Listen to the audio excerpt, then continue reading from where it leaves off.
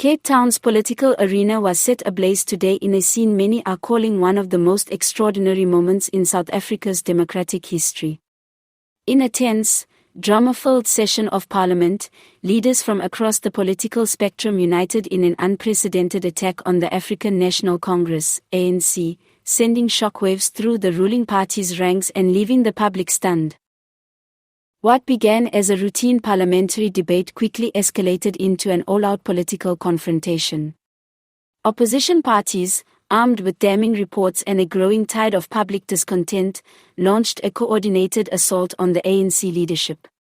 The usually composed chamber erupted into shouting matches, sharp accusations, and calls for immediate accountability over a series of high-profile corruption scandals, governance failures, and alleged abuse of state resources. For years, the ANC has weathered political storms, surviving scandals that would have toppled governments elsewhere. But today, the tide seemed to turn. Parliamentarians from parties as ideologically different as the Democratic Alliance, DA, Economic Freedom Fighters, EFF, Inkatha Freedom Party, IFP, and even smaller independents, appeared to momentarily set aside their rivalries to confront what they called the rot at the heart of the ruling party. Speaker after speaker rose to deliver blistering critiques, each statement hitting harder than the last. EFF MPs accused the ANC of betraying the liberation struggle's ideals, while DA leaders blasted the party for systematically dismantling South Africa's institutions for personal gain. The IFP's representatives, usually more reserved, joined in with a stern warning that history will remember those who failed to act when the nation cried out for change. The most shocking moment came when murmurs spread across the chamber that even some ANC members had privately expressed doubts about the party's direction.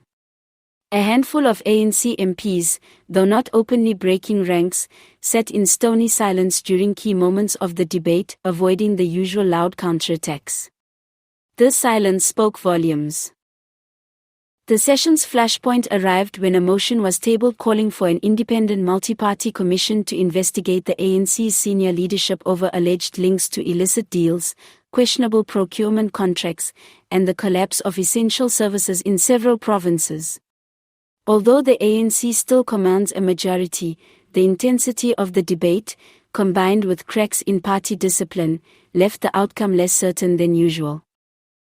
Outside Parliament, the streets of Cape Town echoed with the voices of protesters who had gathered in anticipation of the showdown.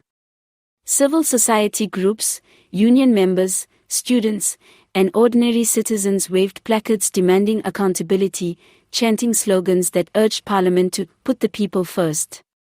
The mood was electric, with many describing the day as a potential turning point in South African politics. Political analysts wasted no time weighing in.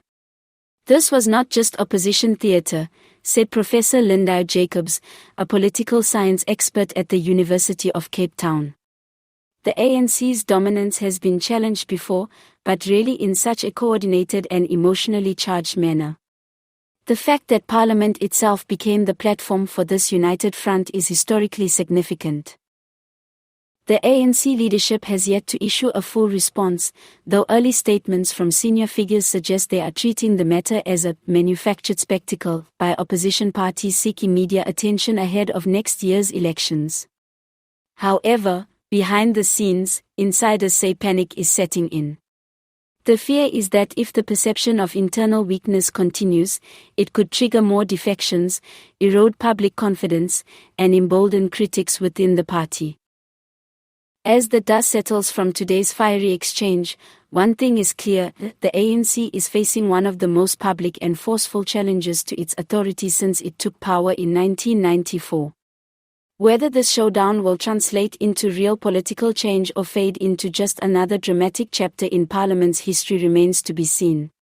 But for now, Cape Town is buzzing, the nation is watching, and the ruling party is on notice. South Africa's patience may finally be wearing thin.